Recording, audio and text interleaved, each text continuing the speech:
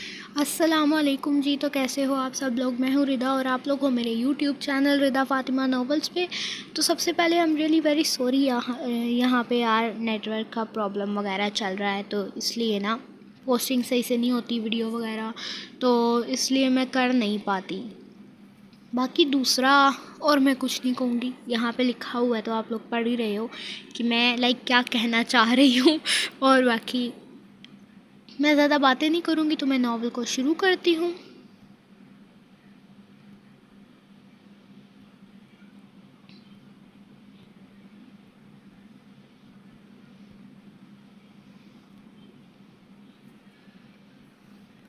انابیہ، اٹھ جاؤ، کب سے اٹھا رہی ہوں، آفس نہیں جانا کیا؟ انایا کب سے اپنی بڑی بیٹی کو اٹھا رہی تھی، اور وہ کب سے کہہ رہی تھی اچھا ماما اٹھ گئی۔ اور اب تو انایا نے تنگ آ کر اینی کو بازو سے پکڑ کے بٹھا دیا تھا۔ یار ماما اٹھ گئی ہوں نا، کوئی ڈرامہ نہیں چلے گا اب۔ اینی جلدی سے اٹھو، تمہارے پاپا انتظار کر رہے ہیں تمہارا۔ پاپا جاگ گئے ہیں؟ جی کب سے جاگ رہے ہیں۔ اور پھر اینی اٹھی اور فریش ہونے چلی گئی۔ کچھ دیر بعد وہ سیڑھیاں اترتے نیچے ڈائننگ ٹیبل کی طرف آ گئی۔ انایا نے اینی کو دیکھا تو فوراً ماشاءاللہ بولی تھی۔ وہ اپنے پورے خاندان میں خوبصورت لڑکی تھی، دودھیا رنگت، گلاب جیسے ہونٹ اور گھنگریالے سیاہ کالے بال جو اس کو اور خوبصورت بنا رہے تھے۔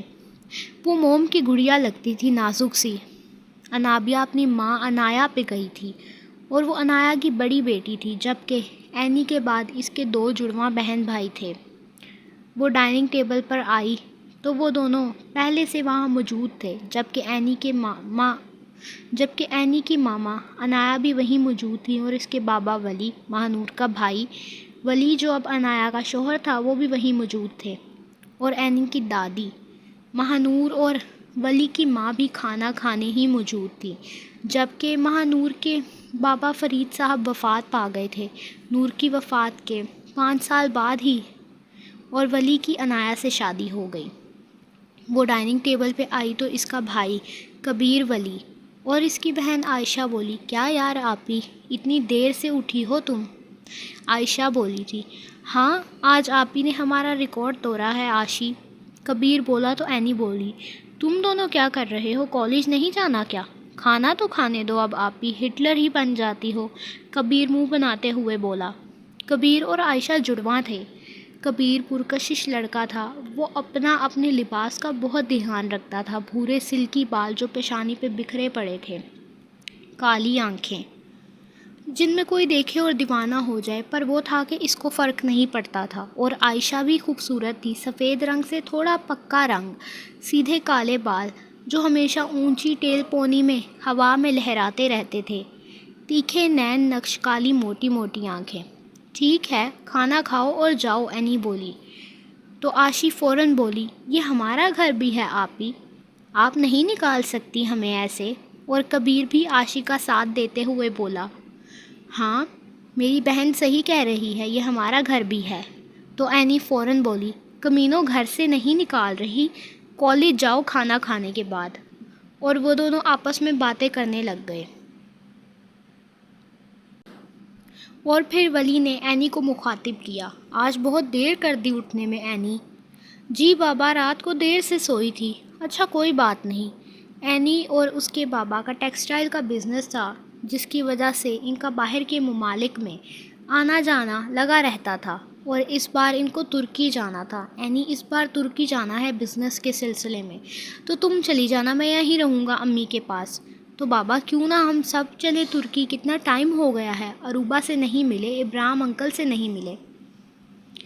ہاں کہہ تو صحیح رہی ہو تم اینی۔ پھر ولی نے انایا کی طرف دیکھا اور بولے، تم بچوں کے ساتھ ترکی چلی جانا انایا۔ تو انایا بولی، تم نہیں آؤ گے ولی؟ نہیں میں یہاں امی کے ساتھ رہوں گا۔ اور اینی تمہاری فلائٹ تو کروا دی تھی، ان سب کی اب جلدی کروانی پڑے گی۔ اور وہاں ایک ٹیکسٹائل کمپنی ہے، وہاں کے اونر ہیں سنان خان، ان کے ساتھ ہی میٹنگ ہے، اور کچھ پاکستان کے ڈیزائنز دکھانے ہیں تمہیں وہاں پہ، ٹھیک ہے نا؟ جی بابا سمجھ گئی، آپ بے فکر ہو جائیں۔ اور کبیر اور عائشہ تو اتنے میں ہی خوش تھے کہ ترکی جا رہے ہیں، اور یہ سب باتیں تو ان کی کھانے کے دوران چلتی رہی تھیں کہ ترکی جانا ہے، وہاں کیا کرنا ہے، کہاں گھومنا ہے، وغیرہ وغیرہ۔ اور کچھ دیر بعد انابیہ ولی کے ساتھ آفس چلی گئی تھی اور پھر پورا دن کام میں لگے رہے۔ بابا اس پہ سائن کر دیں، اینی ولی کے پاس ایک فائل رکھتے ہوئے بولی، اور پھر وہ سائن کرنے لگے، اور پھر وہ فائل لے کے اینی واپس آ گئی۔ ابھی آفس میں بیٹھی ہی تھی جب امجد صاحب اینی کے پاس آئے۔ وہ اینی کے سیکرٹری تھے۔ میم، مس مہرما بلا رہی ہیں، کچھ ڈیزائن دکھانے ہیں آپ کو، نئے بنائے ہیں ترکی کے لیے۔ آپ جائیں امجد صاحب، میں آتی ہوں۔ اور پھر اینی کچھ دیر بعد مہرما کے پاس موجود تھی۔ مہرما ان کی ڈیزائنر تھی۔ دکھائیں مہر ڈیزائن۔ اور پھر وہ ڈیزائن دیکھنے لگی جو اس نے بنائے تھے۔ میم دیکھیں یہ کیسا ہے، آپ کو کچھ ڈیزائن ترکی لے کے جانے ہیں تو اس کو لے کے جا سکتی ہیں آپ۔ اس نے کچھ ڈیزائن دکھائے جو اکثر ترکی میں پہنے جاتے تھے، وہاں کی ایکٹرز پہنتی تھیں۔ مہرما نے ڈیزائن دکھائے اور اینی کو ذرا بھی پسند نہیں آئے۔ مہرما، یہ سب ہمیشہ سے ترکی کی خواتین پہنتی آئی ہیں، یہ کوئی نیا ڈیزائن نہیں ہے، یہ عام سے ہیں۔ آپ کچھ پاکستانی ڈیزائنز بنائیں اگر تو زیادہ صحیح ہوں گے، کیونکہ انہوں نے نہ پاکستانی کپڑے دیکھے ہیں نہ کبھی پہنے ہیں، جیسے شلوار قمیض، کرتا پاجامہ اور کچھ اس طرح کا بنائیں جو ہمارے کلچر کو نمایاں کرے ترکی میں، کچھ اس طرح کا کہ جب میں یہ ڈیزائن وہ کمپنی کو دکھا کے آؤں تو وہ یاد رکھے کہ پاکستان کے ڈیزائن ہیں یہ۔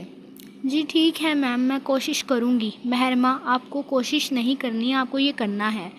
ٹھیک ہے میم۔ اور اینی واپس اپنے آفس میں آ گئی۔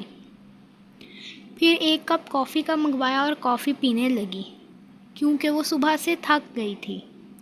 صبح اروبا کی آنکھ جلدی کھلی تھی، فجر کے وقت۔ پھر اس نے نماز ادا کی اور پھر کتنی دیر نہ جانے وہ دعا مانگتی رہی، روتی رہی۔ وہ اپنے لیے ہدایت مانگ رہی تھی۔ اللہ تعالیٰ، آپ نے مجھے ہمیشہ ہدایت دی ہے، سیدھا راستہ دکھایا ہے، اب بھی مجھے اکیلے نہیں چھوڑنا۔ آپ کی ناراضگی میں برداشت نہیں کر سکوں گی۔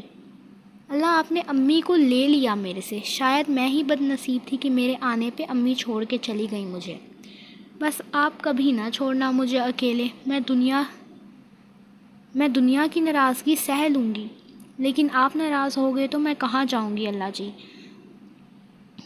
اللہ تعالیٰ مجھے نیک ہدایت دینا۔ اور کچھ دیر بعد اس نے آمین کہہ دیا۔ پھر جائے نماز سے اٹھی، اس کو طے کر کے الماری میں رکھا، انزلہ کی الماری میں، اور پھر وہاں سے قرآن نکال لیا۔ الرحمن، وہ دونوں مشرقوں کا رب ہے اور دونوں مغربوں کا، تو تم اپنے رب کی نعمتوں میں سے کس کس کو جھٹلاؤ گے؟ اس کے دل کو جیسے سکون ملا تھا۔ اس کو قرآن پڑھنا ہمیشہ سے اچھا لگتا تھا۔ جب وہ چھوٹی تھی تو ابرام نے خود اس کو قرآن پڑھنا سکھایا تھا، اور اس کو سورہ رحمان ہمیشہ سے دل کو سکون دیتی تھی۔ آج بھی اس کے دل کو سکون ملا تھا۔ اس کو سورہ رحمان کی تلاوت کرنا بہت اچھا لگتا تھا۔ جب وہ 9 سال کی تھی تو ابرام اکثر سورہ رحمان کی تلاوت کرتے تھے گھر میں، اور نہ جانے کب وہ سورہ رحمان سنتے سنتے اتنی بڑی ہو گئی اور اب وہ سورت اس کے دل، اس کی روح کا سکون بن گئی تھی۔ اور کچھ دیر بعد اس نے قرآن بند کر کے آرام سے الماری میں رکھ دیا۔ اور پھر وہ اٹھی، کچن میں گئی، فریج کھولا تو مینگو کے جوس کا ڈبہ نظر آیا۔ اس کو عادت تھی صبح جوس پینے کی، تو جنت نے اس کے لیے جوس لا کے رکھ دیا تھا کہ جب تک وہ یہاں ہے تو وہ جوس پی لے گی۔ اس نے جوس کا ڈبہ نکالا، کچن کی شیلف پہ رکھ کے اس نے گلاس میں جوس ڈالا، اور پھر گھر کی پچھلی طرف بنے گارڈن میں آ گئی۔ یہ گھر حارث کا نہیں تھا، حارث کے بھائی بسمل صاحب نے یہ حارث کے نام کیا تھا۔ یہ گھر زیادہ بڑا تو نہیں تھا لیکن خوبصورت تھا۔ 3 کمرے، لاؤنج، چھوٹا سا گارڈن جہاں حارث دوپہر کی چائے پیتے تھے، ترکیوں کی چائے۔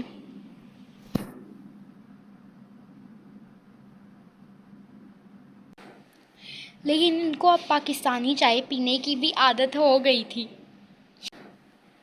جنت کی وجہ سے شادی کے بعد ایک بار جنت اپنے لیے پاکستانی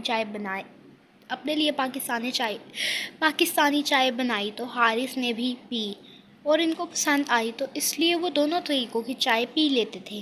وہ گارڈن میں بیٹھی جوس پینے لگی۔ ویسے بھی سردیوں کی صبح تھی، وہ سر پہ حجاب لیے اپنے گرد شال ڈالے بیٹھی تھی۔ 7 بجے کا وقت ہو رہا تھا جب اس کو کسی کے قدموں کی چاپ سنائی دی۔ اس نے پلٹ کے دیکھا تو انس قریشی گارڈن کی طرف آ رہا تھا، شاید ابھی سو کے اٹھا تھا، نائٹ ڈریس میں۔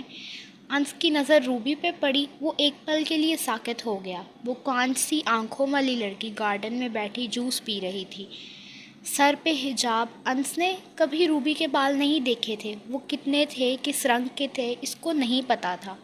انس کے دل میں بے ساختہ خیال اٹھا کہ وہ اروبا کے بال دیکھے، لیکن اس خیال کو انس نے فوراً جھڑک دیا۔ روبی نے جب انس کو دیکھا تو فوراً اٹھی اور اندر لاؤنج کی طرف جانے لگی۔ ابھی وہ انس کے پاس سے گزری ہی تھی، انس نے اس کو آواز لگا دی، اروبا صاحبہ، اور وہ رک گئی اور پھر پلٹی۔ کہاں جا رہی ہیں آپ؟ کمرے میں۔ مختصر جواب۔ تو میرے لیے ذرا جوس لے آئیں۔ آپ خود جا کے لے نہیں سکتے کیا؟ اللہ نے ہاتھ نہیں دیا؟ انس نے بغور روبی کو دیکھا۔ وہ کیا ہے نا، ہاتھ تو ہیں، پر دل کر رہا ہے آج کسی مغرور لڑکی کے ہاتھ کا جوس پی لوں۔ اب جا کے لا کے دو جوس۔ انس کے تیور بدلے تو روبی نے غور سے انس کو دیکھا اور اپنا ہاتھ میں پکڑا گلاس انس کے ہاتھ میں پکڑا دیا۔ میں نہیں لا کے دے رہی آپ کو کوئی جوس، نوکر نہیں ہوں آپ کی، اور جائیں جا کے یہ گلاس رکھ کے آئیں کچن میں۔ نہیں، بلکہ دھو کے آئیں۔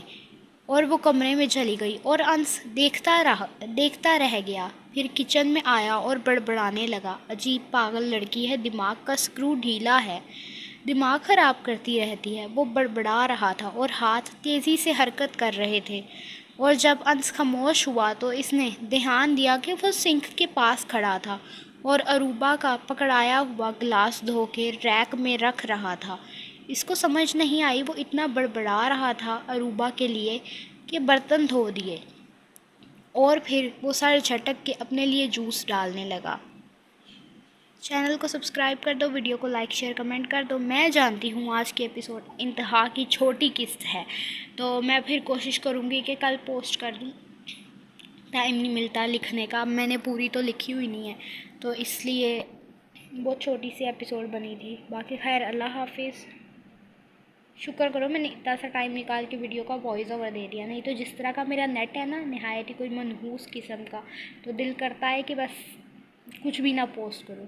باقی خیر، عشق نور PDF میں بھی آ گئی ہے، تو آپ لوگوں کو اگر دیکھنی ہے تو آپ لوگ جا کے وہاں سے ریڈ کر سکتے ہو۔ اللہ حافظ۔